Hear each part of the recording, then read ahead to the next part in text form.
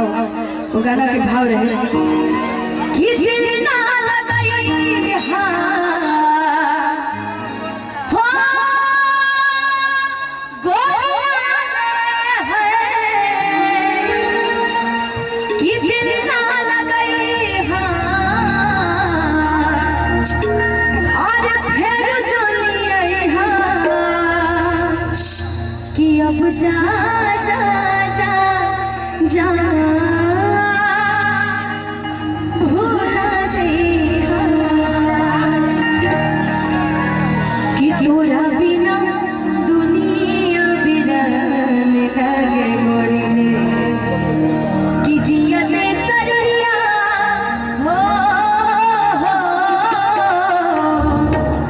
कि जियते सरिया बेजान लागे गोरी कि तोरा बिना दुनिया बिरान लागे गोरी।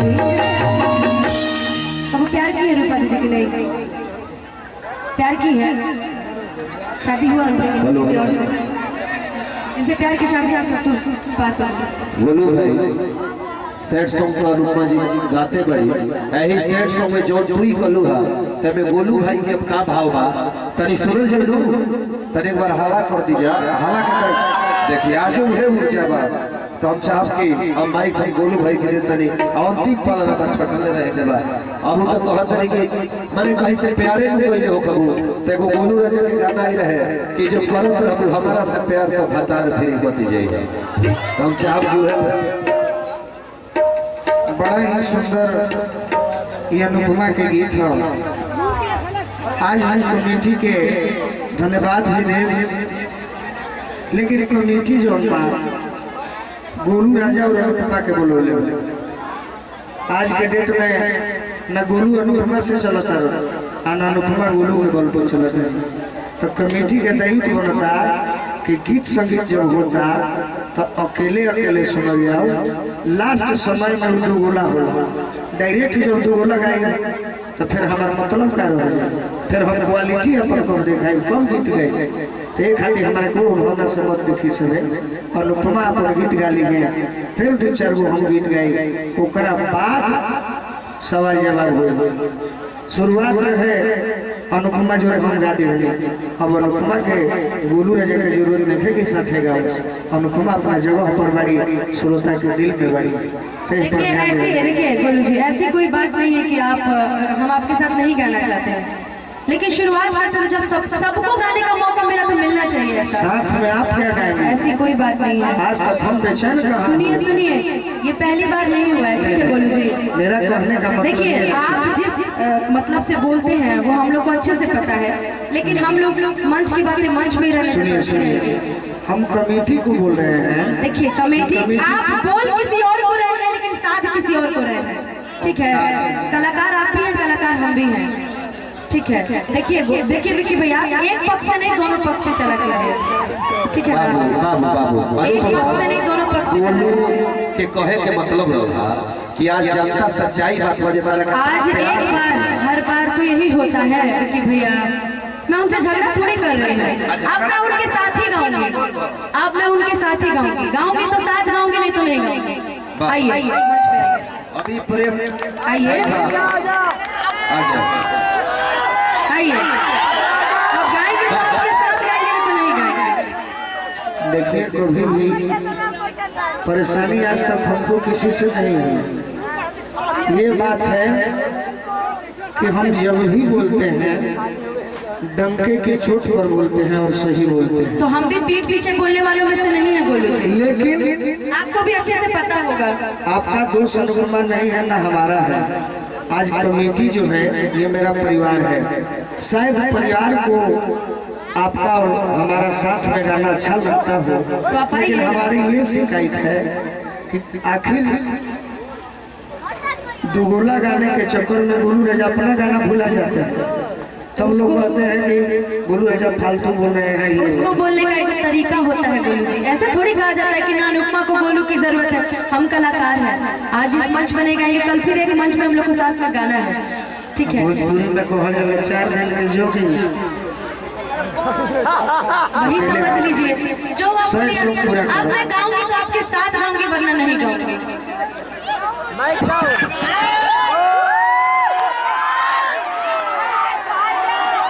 प्यार में जिद अच्छे नहीं लगते। याद रखिएगा, अनुपमा ने ना कभी आपके बारे में गलत बोला है, ना कभी बोलेगी। जीवन भर आपकी इज्जत करती थी और ऑल टाइम करेगी। समय ऐसा है कि लोग आपको मोटिवेट करते रहे, मगर अनुपमा कल भी आपके साथ खड़ी थी। आपका सम्मान जब एक मिनट, जब आपको गोली लगी थी तो मैं आपसे उतनी परिचित नहीं थी, लेकिन मैंने भी आपका पोस्ट फेसबुक पे डाला था। धन्यवाद। वो मेरा प्यार था आपके प्रति। अगर आज आप इसको गलत में मिलेंगे तो मेरा मतलब नहीं है। हमने कहा हमारा भी समय आएगा तो आपको भी पता चलेगा कि कौन अपना कौन पराया है। याद रखिएगा, ठीक है? चलिए सुन लेते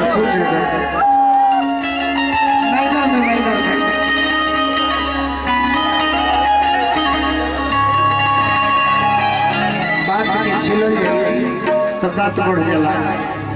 ठीक बा, बात के थोड़ा भी छिलल जाइए तो बात बढ़ जाला। ऐसे चलो दूसरा सही क्या हो भाई, महीना दिन भिखारी भाई।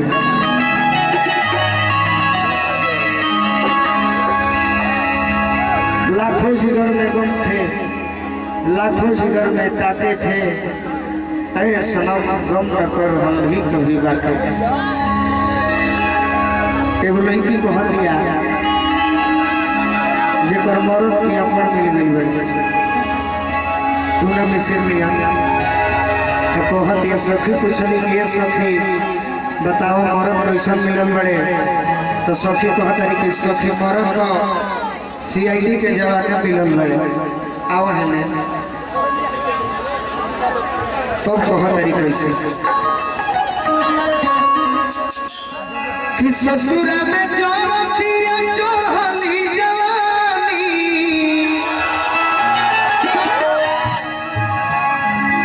गीत के जवाब गीत से होके पंकज भेबो जे बक बक बोलेला ओकरा के बकलोल कहल जाला। आगे न पीछे जो जंघिया के पीछे मारल जाला ओकरे के बकलोल कहल जाला। कि ससुर में जोतिया चढ़ली जवानी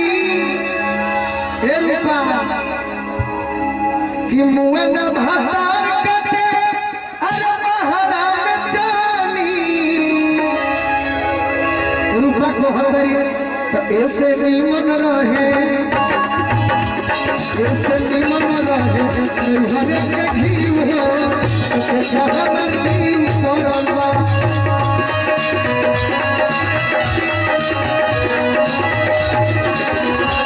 ऐसे निमन रहे हरे के घीव हो सके कहमर जीव करलवा।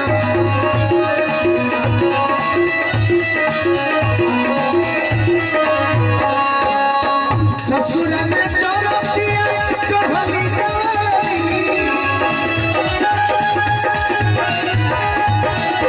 मुँह न भरा कटे बहरा में जानी।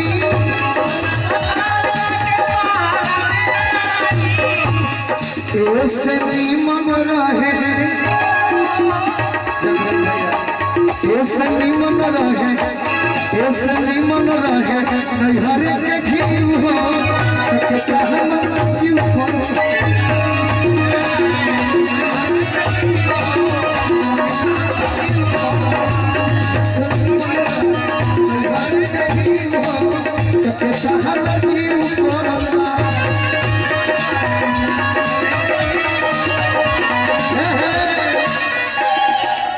लड़की का कहतिया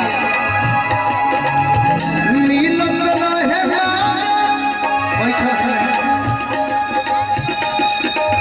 सुत रहे मजा बा प्यार के ऐसे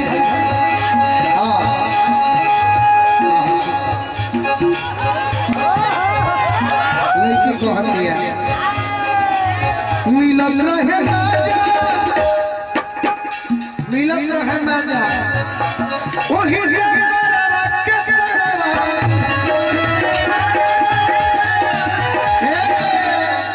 मिलत रहे मजा वही जगरवा के तरवा। गमछा बिछाई के सुतावत रहे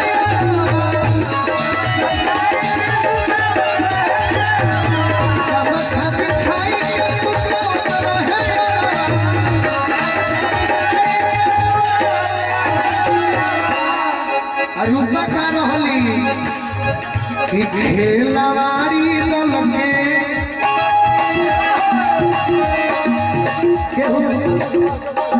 केहू राजद के सचिव होला, केहू जदयू के होला, केहू भाजपा के होला, केहू राजपा के होला,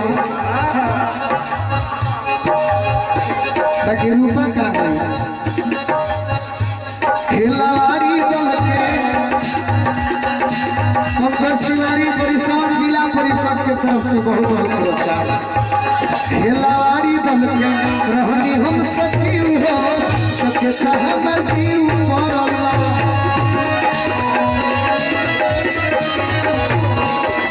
ये सचिव मरला है हर के जीव हो सचेता हमर जीव मरला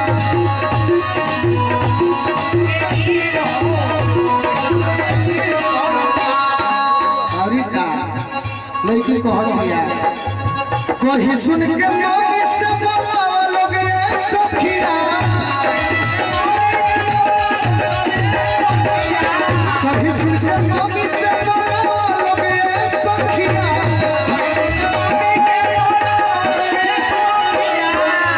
कहीं सुन के मम्मी से बोलावा लोगे सखिया।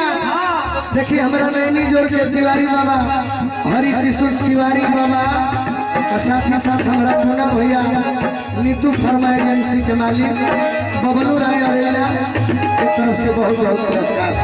कहीं सुनी मम्मी से बोलोगे सखिया उड़ी जाती हो बहू उड़ी जाती हो बहू रही डबल सखिया उड़ी जाती हो बहू रही डबल सखिया।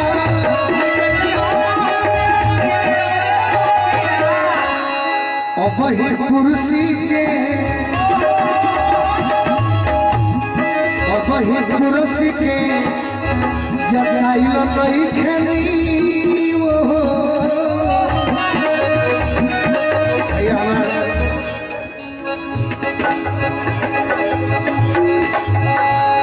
जिला परिषद भाग संख्या 2 पंकज तिवारी परिषद की ओर से अब ही कुर्सी के जगाई रखनी हो सबके हमर जीव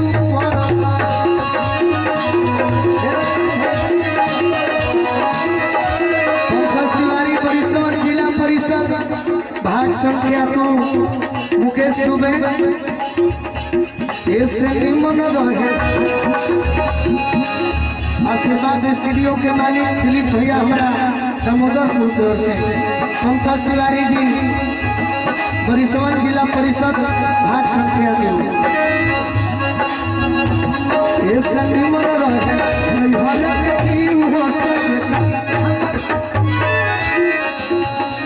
अनुपमा बैठ रहे खड़ा होकर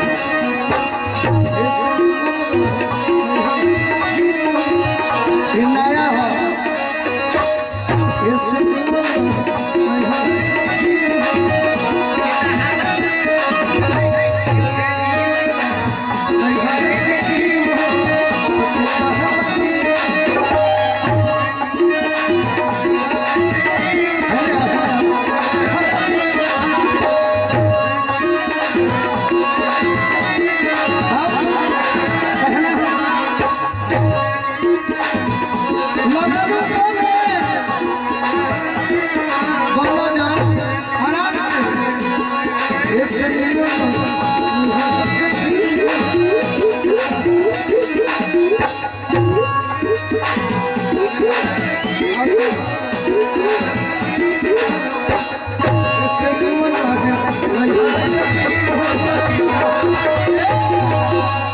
हसे